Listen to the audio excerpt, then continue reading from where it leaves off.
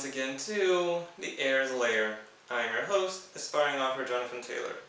Soon to be aspiring no more because, as I said in my last video, I have a target publishing date of September 15th, which is actually a month from now. I'll be doing a few videos on, maybe 2 or 3, on my publishing journey. But before I actually do that, I wanted to give you a brief overview of how I came to the concept of Heir to the Empire, The Next Generation, the first book in the Heir to the Empire series. I've already talked about various aspects of the book, such as characters, setting, history, and even the politics to some extent, linked to those in the iCard above. So I'll try to keep away from those as of right now. I want to go more into the genesis of the project. So what really inspired me to seek out and write about something like this. This is the first video on this channel in a long time that I've done without any script whatsoever. Yeah, the thing is, I've already worked on this thing for 2 years, so if I really don't know what to say about it now, if I don't have the backing of a script, then there's something wrong with me. So with that little preamble out of the way, let's get right into it. How did the Heir to the Empire series begin? What inspired me to write The Next Generation? Well, the very first seed of this story actually came when I was thinking up a potential TV series. And one of those characters within that TV series was actually a writer, a short story writer, and I asked myself, as part of this concept, what would she write if she could write long-form fiction? And my answer to that was that she would write a YA fantasy book centering on a strong female protagonist. But by strong female protagonist, I didn't just mean someone who was was mainly quiet and punched stuff. I meant someone who was also morally strong. So who could also be respectful, charismatic, courteous, but also had the the strength of character to actually be able to do the right thing, and also always recognize it, or almost always recognize what that right thing is actually supposed to be. And as part of this concept, I started developing more about what kind of fantasy world would this character find herself in, and what it would mean to actually be morally strong in a way I want her to be. And the more I thought about it, the more this concept actually, I realized that this concept needed to be, I couldn't just leave it tied to that, to the TV series. This had to be its own thing. So I took it out and expanded upon it. My initial idea was that it would be about child soldiers, because there is it is YA after all, and child soldiers present somewhat of a gray area. Pretty much everyone agrees that it's wrong to send 12-year-olds into battle, but with 16-year-olds, that becomes somewhat more doable for a wide variety of reasons. And indeed, in medieval settings, 16-year-olds went into battle all the time. Truth be told, they were already considered adults to some degree at that time, but still, the idea is, but still, there is kind of a gray area here that I thought would be worth exploring. The thing about this gray area, however, is that I soon realized that I don't really have the experience, the knowledge, the insight, and if I'm to be completely honest, really the skill to present this topic in in the tactful and mature way that it really deserves. So for that reason, I gave up on the idea of child soldiers, or more precisely, I morphed it somewhat from child soldiers to young people in a military setting, and that's how I ended up with student cadets at a military university. I wanted to state at this topic because I've pretty much always had questions of about power and authority and respect that I really wanted to address in some form. And I decided that that some form would be writing.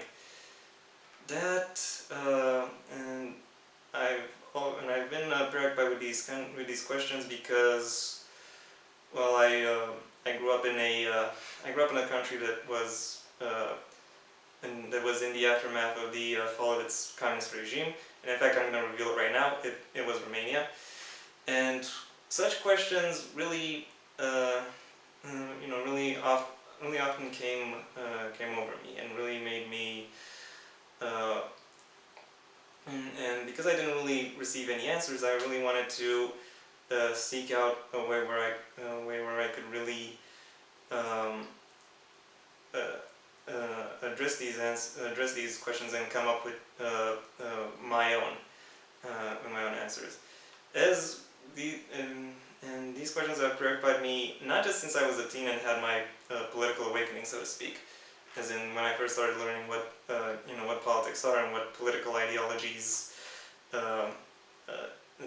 dominate currently and what exists overall. But also even as a kid, trapped between traditionalism and varying waves of modernity, I was wondering myself what is most appropriate for for a general populace, and what does it mean to take up a certain responsibility and a certain power for for someone. And through that exploration, I started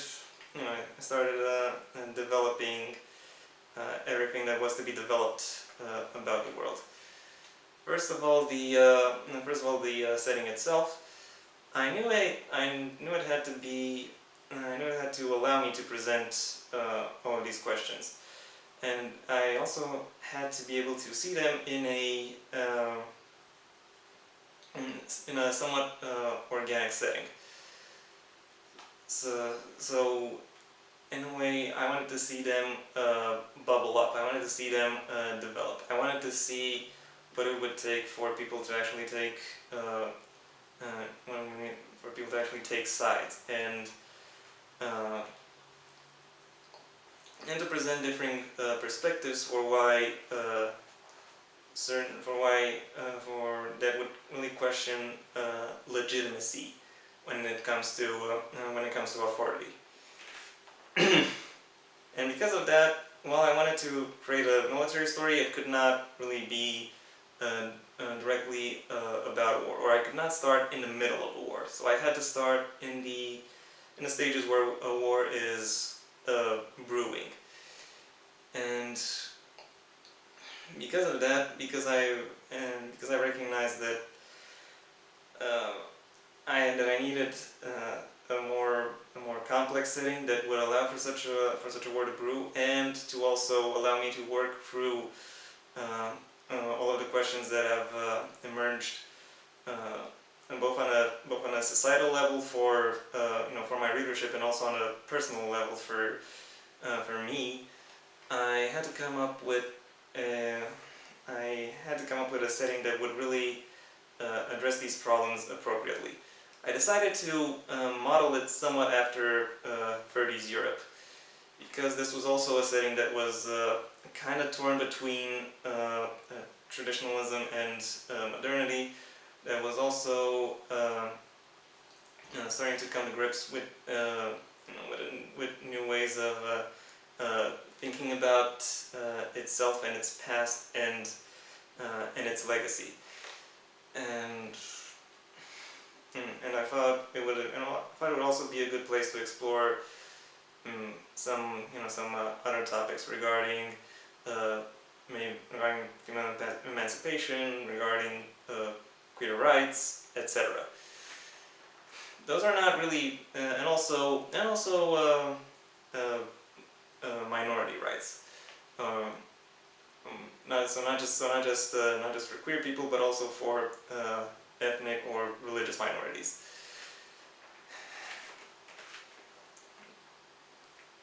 So yeah, that was basically my idea, and everything I've developed from that point forward is very much also based on that. The characters themselves are also based on that. Some of them are based on people I know. One of them is a self-insert, and pretty much everyone else is based on what I think would make for would be logical additions to the to the setting and to the actual plot I wanted to develop. More details, as I said, in the playlist right here. And yeah, that is the broad strokes of Heir to the Empire, the Next Generation. Oh, I forgot to mention the title. The title, I don't know. It was just what I thought would be appropriate. I hope you enjoyed it. I hope you enjoyed this video. Sorry if it was a bit too long and a bit too rambly. It kind of happened. I hope to see you. I hope to also see you next time. I would like to see if you have anything you'd like to see me talk about in some other video. You can recommend suggestions in the comment section. If you have anything you'd like to add, then also the comment section waits your input. If you enjoyed this video, then please leave a like and maybe share it wherever you think others will like it as well, or hate it if you hated it. And if you want to see when the next video comes up, then please subscribe. Maybe also ring the bell or do whatever else YouTube will ask of you. Until next time, I am Jonathan Taylor, and this has been the Heir's Lair.